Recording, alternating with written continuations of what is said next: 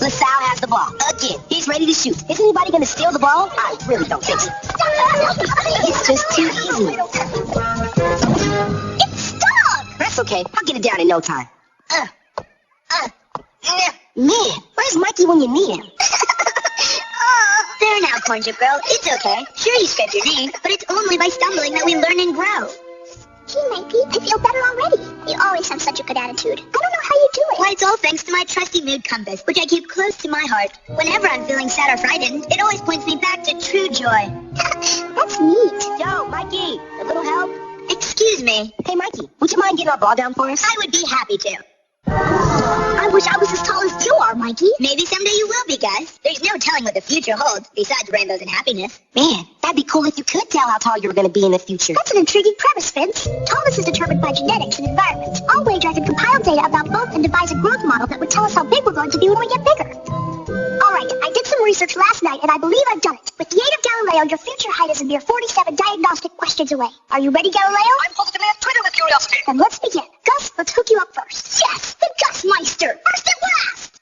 Hey, what are those for? They'll monitor your bioelectric field and actually gauge your cranial growth while you answer a few personal questions. Hey, I look cool like a robot. Now for some vital statistics. Your height, your weight, your father's height and weight, your mother's height and weight, and age and days, please. Your most frequent vacation destination and favorite winter vegetable. Root beer rapids and the lip-smacking pickled beet. There we go. Galileo, your answer, please. Congratulations, Gus. According to our computations, you will grow to be 6 feet 4 inches tall and as husky as a cornfield. 6'4"? That's just like my dad. Fire up my face, Gretch. I'm going next. Good for you, Vince. 6'2". That should do just fine. Well, Spinelli, how does 5'6" sound to you? 5'6" plus 2. It's more than I'll ever need. Ah, TJ, how fantastic for you. You'll be 5'9". I got a plan already. Just one moment, Mikey. I almost have your answer. Oh, don't hurry, Galileo. I'm not even sure I want to know. Whopping popular. Within 1 year's time, you will have reached a height of 50 feet.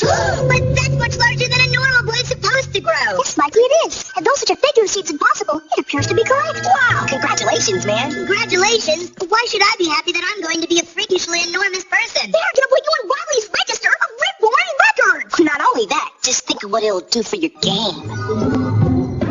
Hey guys, Bumbleberg's up next. Easy out, everyone move in. Hello, jolly sportsman. Oh man, I forgot he was 50 feet big.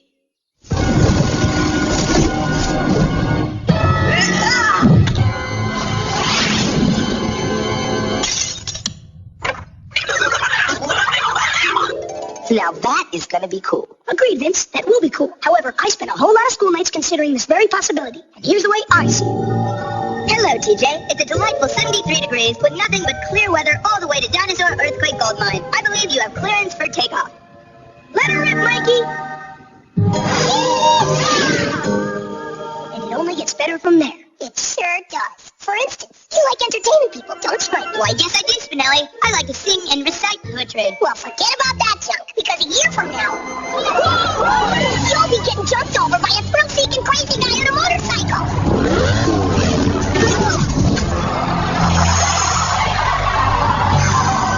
Make it a pay-per-view event when we're talking major bucks. Don't you guys realize? I mean, sure, Mikey will be able to do all that great stuff, but heck, the best thing is he's gonna go down in history, just like Paul Bunyan.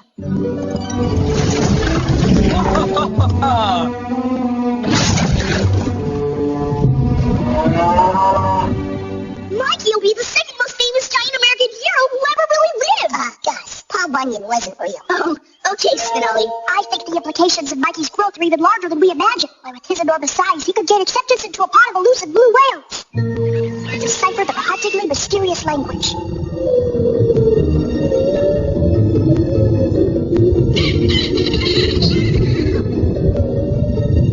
I'd be happy to help with matters of enunciation and syntax, of course. Thank you, Gretchen, and thank you all. When I first heard I was going to be fantastically enormous, I wasn't sure how I felt about it. But now, I think it will be a dream come... Whoa! Ow! Hey! Whoa! Easy, boy, easy! Hey, Globosaurus, you big giant doofus! You almost smashed the whole entire playground! You're dangerous to humanity! Come on, guys, let's go before he flattens us again.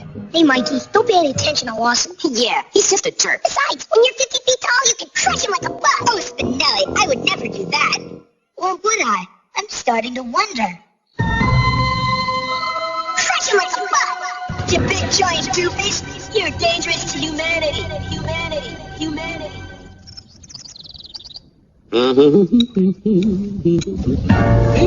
Bacon! Don't resist or I shall crush you. Run for your lives! It's the mutant monster Bloodbird Boy! It's Mikey! You will listen to my poetry, but first I shall destroy your puny city.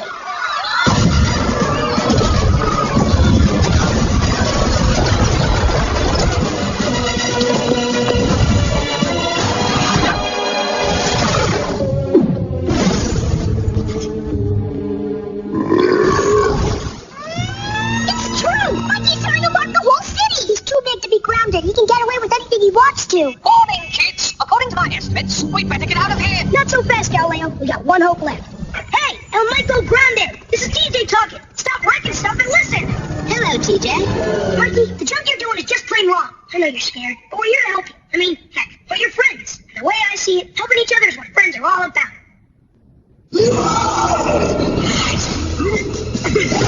I have no use for friends. I'm bigger than all of you put together.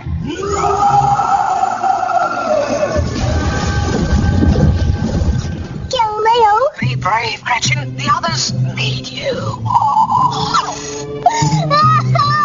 That tears it! Dad, go ahead. Bring him down.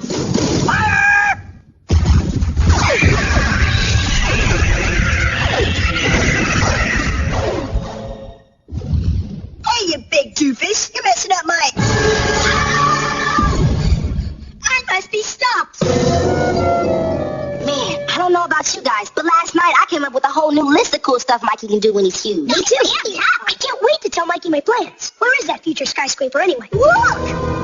Hey, Mikey, what are you doing in there? I'm saving the world from destruction. Hey, huh? These bars will contain my growth and act as my prison, so I can't wreak havoc upon mankind. What are you talking about? It's not like you're gonna be a monster. No one can ground me. The police can never catch me. There's nothing to keep me from turning bad. Forevermore, let this cage be home to the beast I shall become.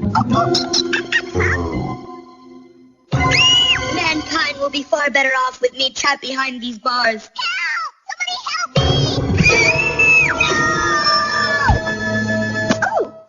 Don't be frightened. You're safe now. Boy, thanks, Mikey. It's a good thing you're so tall. And hey, you used your height for goodness. Why, yes, I did, didn't I? So maybe this monster mumbo-jumbo was all a bunch of hooey. Saving a young girl doesn't seem like something a destructive giant would do.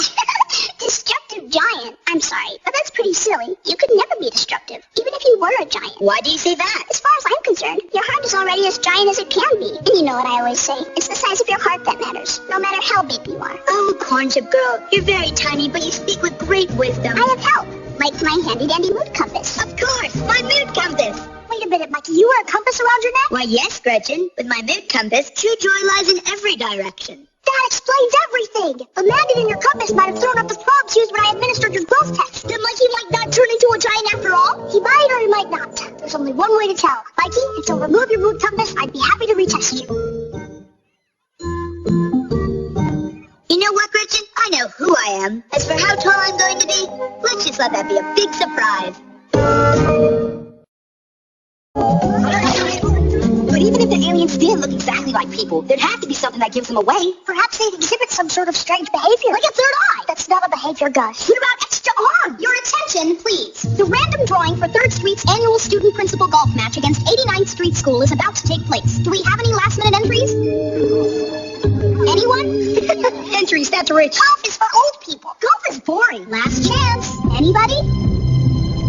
Very well.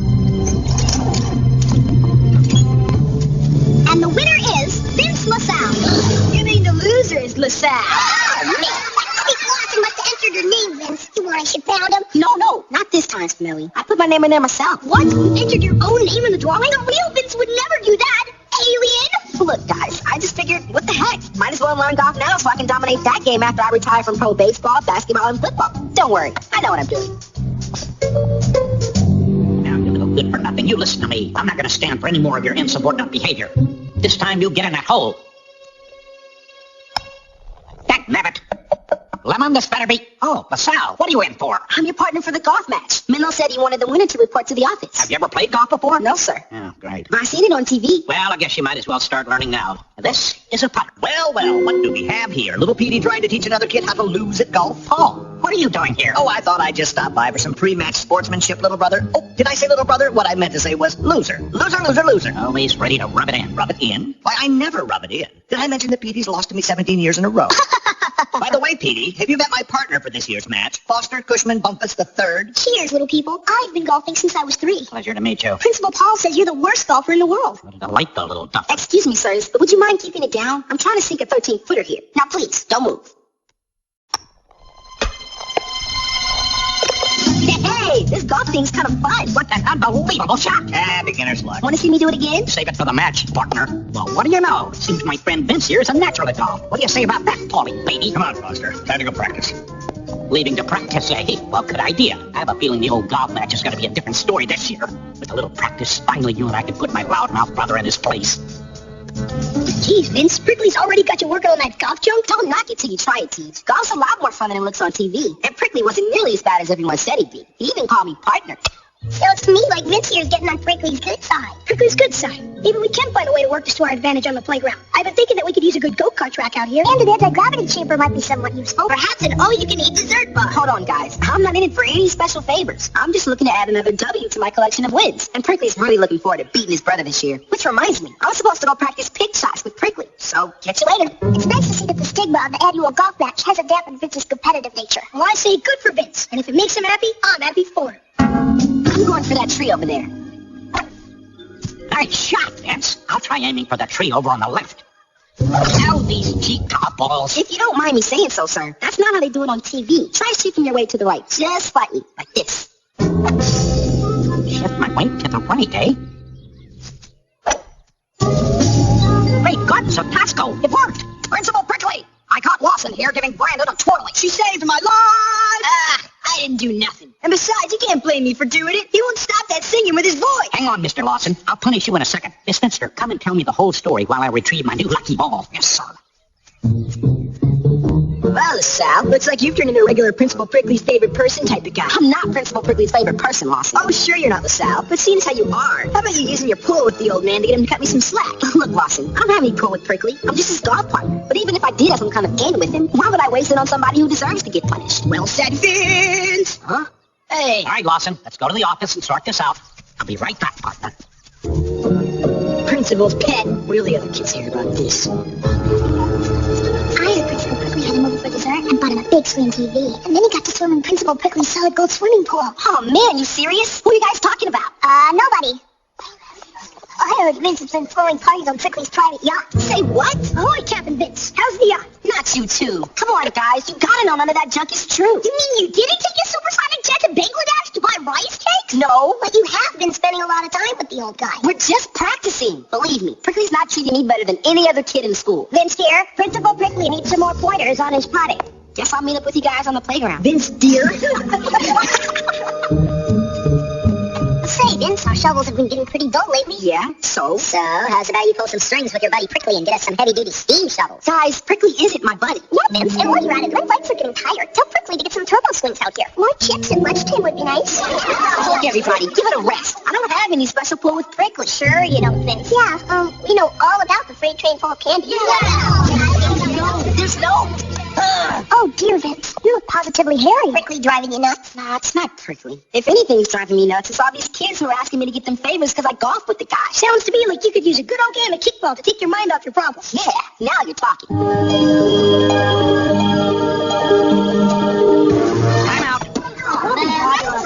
Hey, Benny. Sorry to interrupt your little game here. I just wanted to see if you'd be up for another trip to the pitch and putt after school, so we're in top shape for the big game tomorrow.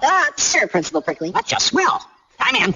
Come on, LaSalle. You gonna pitch or do you have to write down your date with Prickly in your date book first? Vince and Prickly standing on a green. P-U-T-T-I-N-G.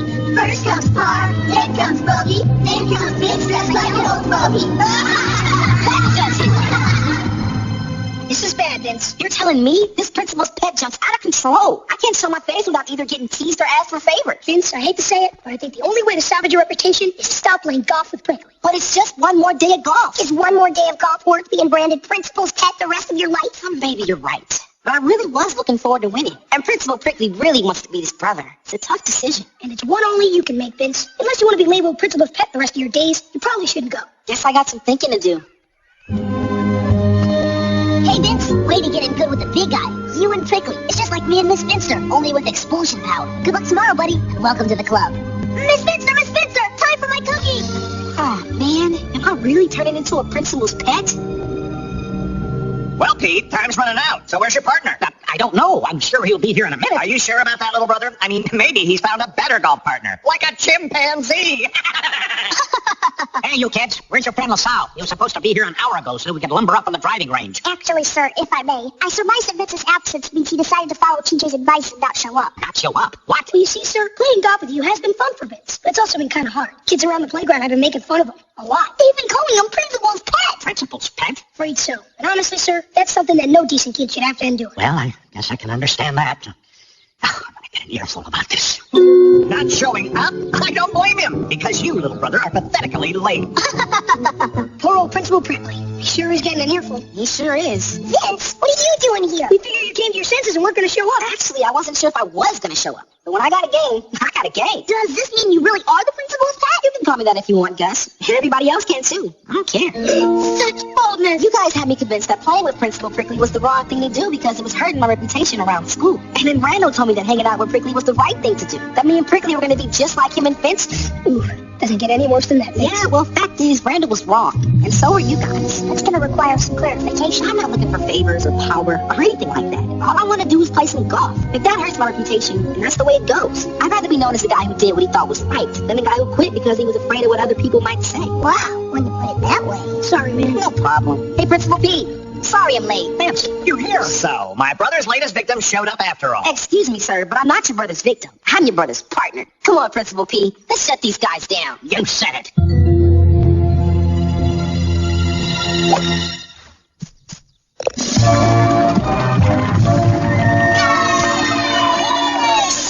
Guys, this is golf. I do believe that is a hole in one. Uh-oh. Listen, Petey, about those things I've been saying over the past 17 years, you know, it was just brotherly ribbing, right? You wouldn't start making fun of me like that, would you? I mean, I'll get you a nice Christmas present this year.